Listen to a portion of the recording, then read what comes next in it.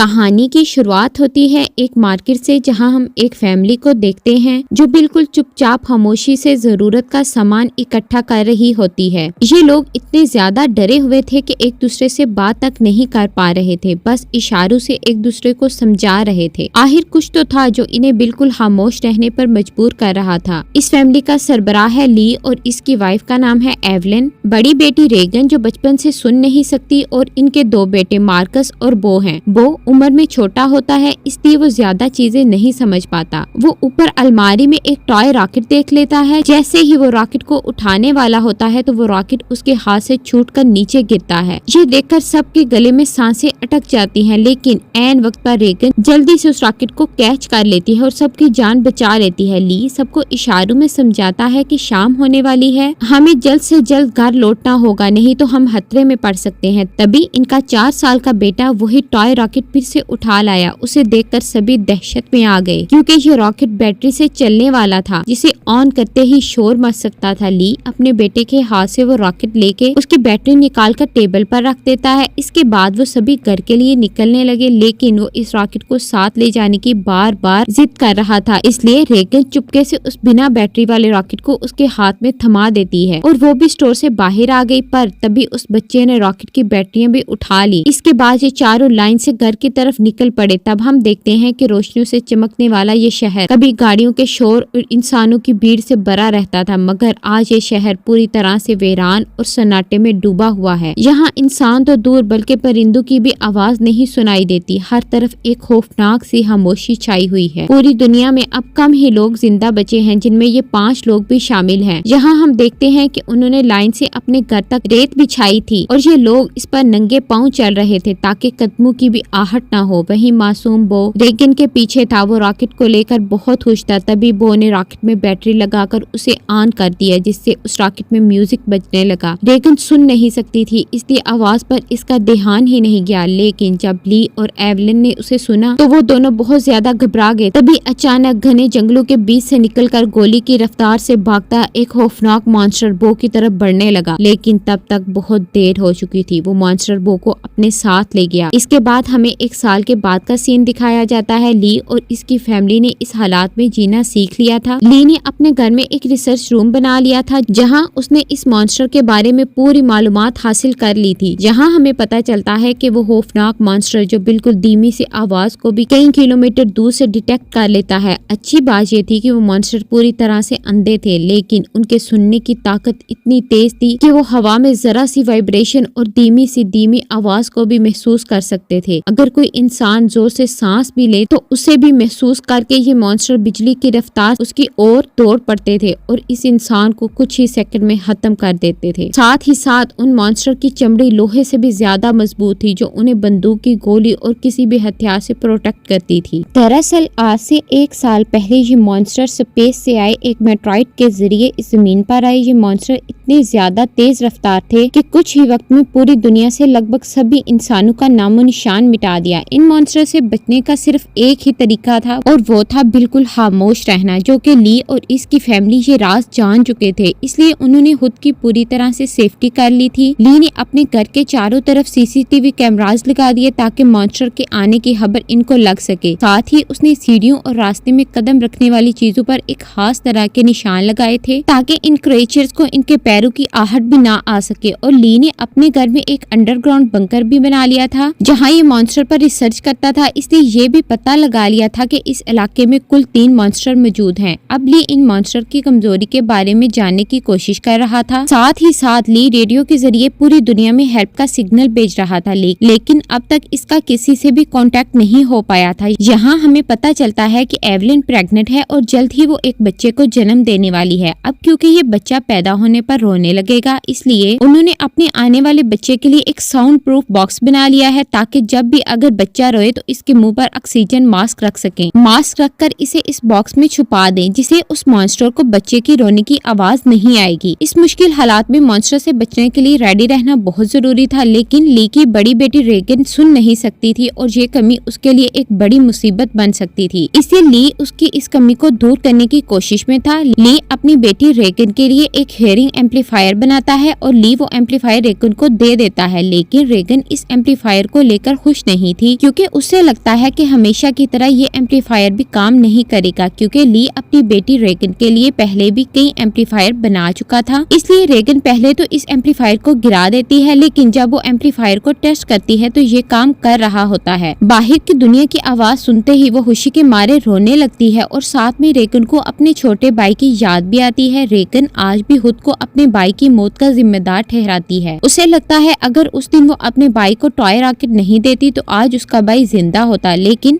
अपने डैड की हेल्प करके खुद को साबित करना चाहती थी। इसलिए रेगन अपने डैड के अंडरग्राउंड बंकर की तरफ जाने लगती है, लेकिन तभी उसके डैड उसे रोक लेते हैं और उसे अंदर जाने से मना कर देते हैं, क्योंकि 1 साल पहले रेगन के अपने छोटे भाई को टॉय रॉकेट देने की गलती की वजह से अब वो रेगन पर बिल्कुल भी भरोसा नहीं करते। उन्हें डर लगता है कि नीचे अंडरग्राउंड बंकर में माइक्रोफोन, रेडियो और भी कई सारी चीजें हैं। अगर गलती से भी रेगन का हाथ किसी ऐसी चीज के साथ लग गया जो साउंड क्रिएट करती हो तो हमारी जान खतरे में पड़ सकती है। अगले दिन ली अपने बेटे मार्कस के साथ मछलियां पकड़ने नदी पर जा रहा होता है। रेगन भी उनके साथ जाना चाहती थी। रेगन ली से रिक्वेस्ट करती है कि प्लीज मुझे भी अपने साथ ले चलो, पर ली ने उसे अपने साथ ले जाने से मना कर दिया। वो रेगन से कहता है कि तुम्हारी माँ घर पर अकेली है, इसलिए तुम घर पर अपनी माँ का ख्याल रखो। जिसके बाद ली मार्कस के साथ नदी की तरफ निकल गया। ये बात रेगन को बहुत ज्यादा बुरी लगती है और वो नाराज हो जाती है। उसे लगता है कि उसके डैड उसे प्यार नहीं करते, इसलिए वहाँ अपना बैग पैक करके वो भी घर से कहीं निकल गई और सीधा उस जगह पर आई जहाँ पर उसके भाई को मॉन्स्टर ने मार डाला था। वो अपने भाई की कब्र के पास लेटकर रोने लगती है और कुछ ही देर में यहीं पर रेगन की आंख लग जाती है। दूसरी तरफ एवलिन घर पर बिल्कुल अकेली थी। कुछ देर बाद वो बेसमेंट से कपड़े धोकर उन्हें बोरी में भरकर बाहर ले जा रही थी, तभी सीढ़ी पर लगा कील उस बोरी में फंसकर सीधा हो गया। वो नुकीला कील ठीक उनके पैर रखने के निशान पर था, पर एवलिन उसे देख नहीं पाई। उधर ली और मार्कस मछली पकड़ने में लगे थे। कुछ देर बाद ली अपने बेटे मार्कस को एक झरने के पास ले आता है और ली अपने बेटे से कहता है कि यहाँ तुम बात कर सकते हो, क्योंकि पानी के झरने की वजह से तुम्हारी आवाज इसमें हाइड हो जाएगी और तुम्हारी आवाज उस मॉन्स्टर तक नहीं पहुँच पाएगी। अब तुम खुलकर बात कर सकते हो। वो दोनों झरने के पास बैठकर बातें करने लगते हैं। मार्कस पूछता है क्या वो बो की मौत का जिम्मेदार रेगन को मानते हैं, जिस पर ली जवाब देता है कि जो कुछ भी बो के साथ हुआ इसमें किसी की भी गलती नहीं थी। लेकिन मार्कस ली को बताता है कि रेगन आज भी बो की मौत का जिम्मेदार खुद को ठहराती है, इसलिए आपको रेगन को ये बात बतानी चाहिए कि उस दिन तुम्हारी कोई गलती नहीं थी। उसी दौरान एवलिन अपने मर चुके बेटे की तस्वीर लिए उसकी याद में आंसू बहा रही थी, तभी अचानक उसे लेबर पेन शुरू हो गया, यानी कि उसकी डिलीवरी का टाइम आ चुका था। वो फोटो फ्रेम हाथ में लेकर जल्दी से बेसमेंट की तरफ जाने लगी, पर तभी सीढ़ियों से नीचे उतरने की जल्दी में उसका पैर उस नुकीले कील पर धंस गया।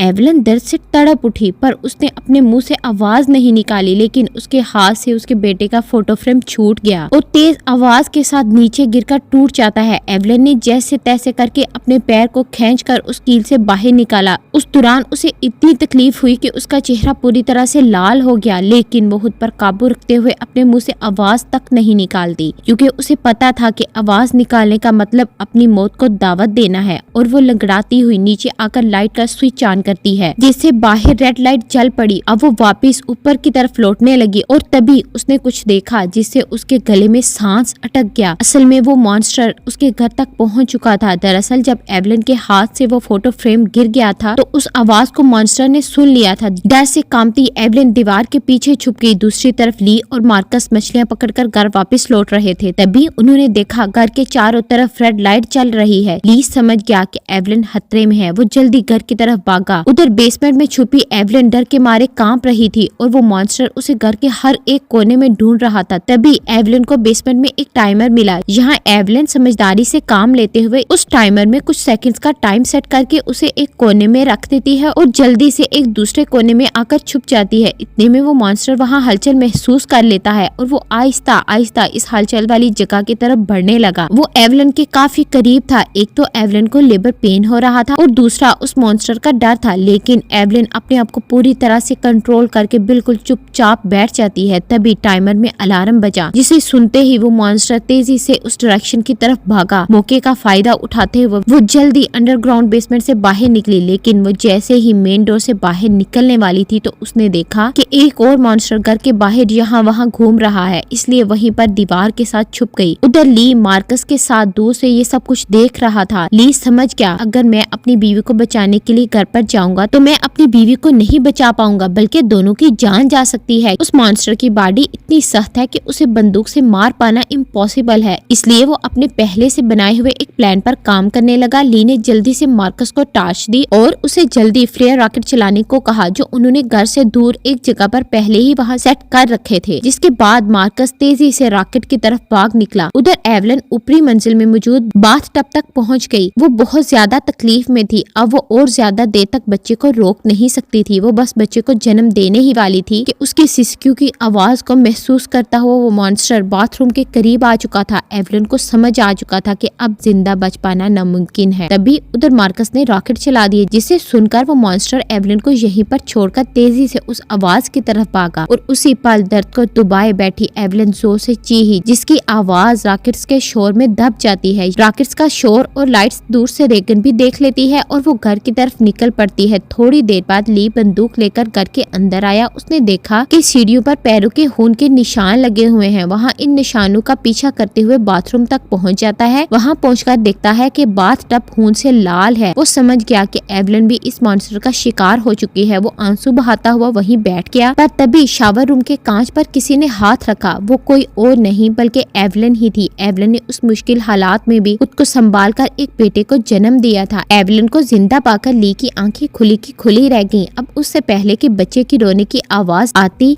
ली एवलिन और बच्चे को उठाकर अंडरग्राउंड रूम में ले आया, जिसके बेसमेंट में उन्होंने बच्चे के लिए साउंड प्रूफ बॉक्स बनाया था। लेकिन बेसमेंट में घुसने से पहले ही बच्चे ने रोना शुरू कर दिया, जिसे सुनकर वो मॉन्स्टर तेजी से उनकी तरफ आने लगा। ली जल्दी से अंडरग्राउंड रूम में घुसा और दरवाजे को एक मोटे मैट्रेस से ढक लिया। ली ने फौरन बच्चे के मुंह पर ऑक्सीजन मास्क लगाया और उसे बॉक्स में बंद कर दिया, जिससे उसके रोने की आवाज बंद हो गई। तब जाकर उन दोनों ने राहत की सांस ली, जहाँ ली अपनी वाइफ एवलिन को बताता है कि मैं इन क्रिएचर्स की कमजोरी जान चुका हूँ। अब जल्द उनके लिए मैं एक औजार तैयार करने वाला हूँ, जिससे ये क्रिएचर हमारा कुछ नहीं बिगाड़ पाएंगे। उसी दौरान दूसरी तरफ रेगन भी घर लौट रही थी। तभी उसे खेतों के बीच एक लाइट जलती हुई नजर आई। जल्दी से उस लाइट के पास जाने लगी, लेकिन वो इस बात से अनजान थी कि एक मॉन्स्टर उसके कदमों की आहट से उसके पीछे चलता आ रहा था। जैसे ही वो मॉन्स्टर रेगन को मारने के लिए उसके काफी करीब आया, तभी अचानक रेगन के कान की मशीन से एक नुकीली और तेज फ्रिक्वेंसी निकलने लगी। उस नुकीली आवाज से वो मॉन्स्टर तड़पने लग जाता है। जैसे ही आवाज उस मॉन्स्टर के कान के अंदर सुई की तरह चुभ रही हो,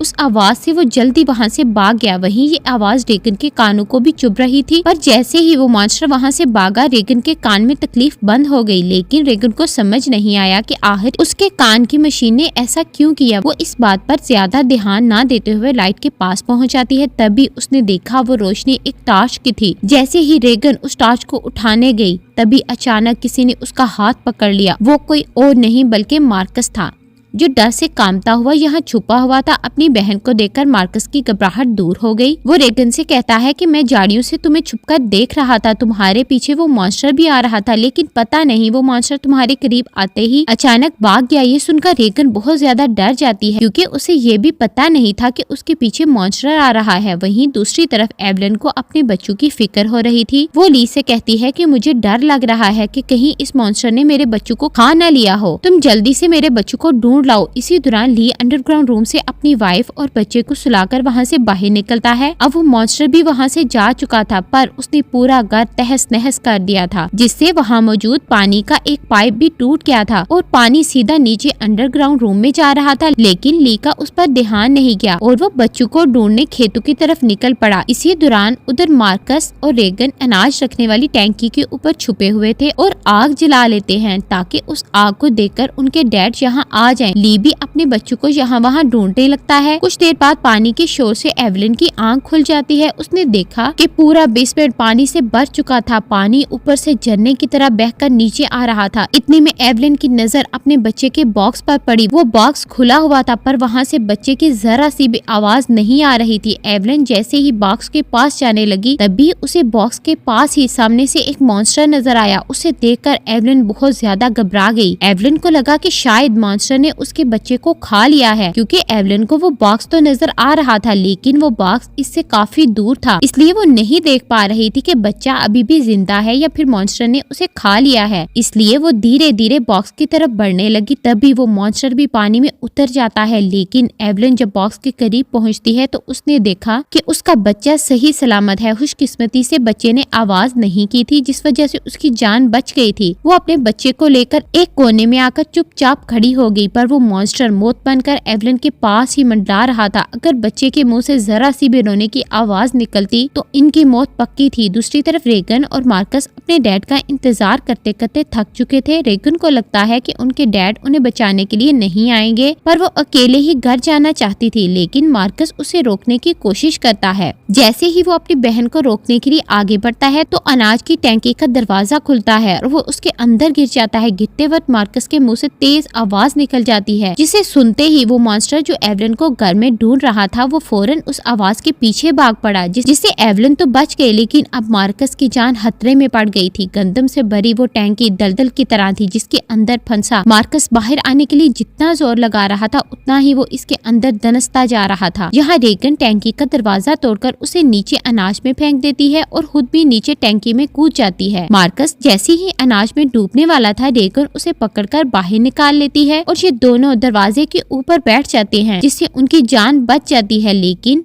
उन दोनों की हलचल को मॉन्स्टर ने सुन लिया था, इसलिए वो मॉन्स्टर खेत के रास्ते से तेजी से होते हुए टैंकी की तरफ बढ़ता है। ली मॉन्स्टर को तेजी से टैंकी की तरफ जाता हुआ देखकर समझ जाता है कि उसके दोनों बच्चे अनाज की टैंकी के पास हैं। रेगन ने मार्कस की जान तो बचा ली थी, लेकिन उसका कोई फायदा नहीं होने वाला था, क्योंकि इतने शोर शराबे के बाद मौत का साया तेजी से उनकी तरफ बढ़ रहा था। अगले ही पल वो मॉन्स्टर भी टैंकी के अंदर कूद पड़ा। वो इन दोनों को मारने के लिए जैसे ही आगे बढ़ा तभी रेगन के कान की मशीन से एक बार फिर एक नुकीली आवाज निकलने लगी। ये आवाज इस मॉन्स्टर के लिए बहुत ही ज्यादा पेनफुल होती है, इसलिए वो बिना इन्हें मारे वहाँ से निकल जाता है। रेगन और मार्कस बाहर निकल आए। बाहर ली भी इन्हें ढूंढता हुआ आ पहुँचता है। वहाँ अपने बच्चों को सही सलामत देखकर बहुत खुश होता है। इसी दौरान एवलिन भी ये सब कुछ सीसीटीवी रूम से देख रही थी। तभी ली को पता चलता है कि अभी भी वो मॉन्स्टर यहाँ आस पास है। उसने बच्चों को फौरन सामने मौजूद गाड़ी की तरफ भेज दिया और खुद एक कुल्हाड़ी उठाकर आस पास नजरें दौड़ाने लगा, लेकिन वो क्रिएचर ठीक उसके ऊपर था। ली जैसे ही पलटकर पीछे देखता है वो मॉन्स्टर इसे अपने पंजे से मारकर दूर फेंक देता है। अपने डैड को तकलीफ में देकर मार्कस ली को आवाज देने लगता है। आवाज सुनकर मॉन्स्टर को मार्कस की पोजीशन का भी पता चल जाता है। वो मॉन्स्टर अब मार्कस और रेगन की तरफ बढ़ने लगा, लेकिन तभी एक बार फिर कान की मशीन से फ्रिक्वेंसी निकलने लगी। वो आवाज रेगन को भी चुभ रही थी, इसलिए रेगन ने अपने कान की मशीन को ही ऑफ कर दिया, लेकिन ये उसकी सबसे बड़ी गलती थी। उस मशीन से जो फ्रिक्वेंसी निकलती थी वही फ्रिक्वेंसी इस मॉन्स्टर की कमजोरी थी, जिसे वो बिल्कुल भी बर्दाश्त नहीं कर सकता था। लेकिन अनजाने में रेगन ने मशीन को बंद करके अपनी ही मौत को दावत दे दी। अगले ही पल वो मॉन्स्टर कार पर झपट पड़ा और मार्कस तक पहुंचने की कोशिश करने लगा। ली अपने बच्चों को खतरे में देखकर समझ गया था कि मॉन्स्टर से लड़कर वो कभी भी मॉन्स्टर को मार नहीं सकता, इसलिए अब उसे सिर्फ एक ही रास्ता नजर आया। उसने रेगन को इशारों से बताया कि मैं तुमसे बहुत प्यार करता हूँ, मैंने तुम्हें कभी भी बो की मौत का जिम्मेदार नहीं ठहराया और मेरे होते हुए तुम्हें कुछ भी नहीं हो सकता। जिसके बाद ली जोर से चिल्लाने लगा, जिसे सुनकर वो मॉन्स्टर ली की तरफ दौड़ पड़ा और एक ही झटके में उसे चीर फाड़ कर रख दिया। अपने डैड को मरता हुआ देखकर रेगन को बहुत ज्यादा दुख होता है, क्योंकि पहले उसे लगता था कि उसके डैड उसे प्यार नहीं करते, लेकिन अब उसे रियलाइज हुआ कि वो गलत थी। ली को मारने के बाद वो मॉन्स्टर वहाँ से चला जाता है। दूसरी तरफ रेगन भी अपने भाई के साथ घर आ पहुँचती है। अपने बच्चों को सही सलामत देखते ही सीने से लगा लिया। तभी एवलन ने देखा कि वो मॉन्स्टर एक बार फिर से उनकी तरफ आ रहा है। इसके बाद ये लोग जल्दी से घर के अंदर चले जाते हैं, जहाँ मार्कस और रेगन अपने छोटे भाई को देखते हैं। रेगन देखती है कि उसके फादर उसके एम्पलीफायर के लिए कितनी मेहनत कर रहे थे। अब वो अपने फादर को बहुत ज्यादा मिस करने लगती है। तब भी वो मॉन्स्टर घर के अंदर घुस आया। एवलन यहाँ बंदूक तानकर उसके सामने खड़ी हो गई।